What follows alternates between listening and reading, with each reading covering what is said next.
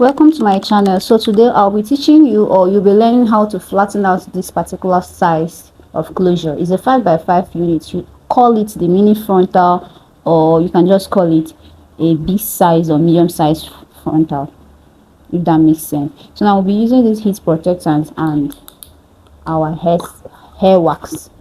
First, you go in with this heat protectant to protect the layers of the hair that you are working on before you go in with your hair wax and your hot comb.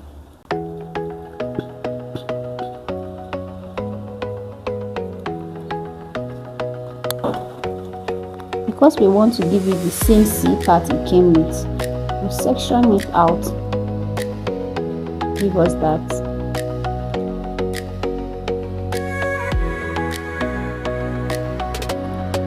And then you go in with your hot comb.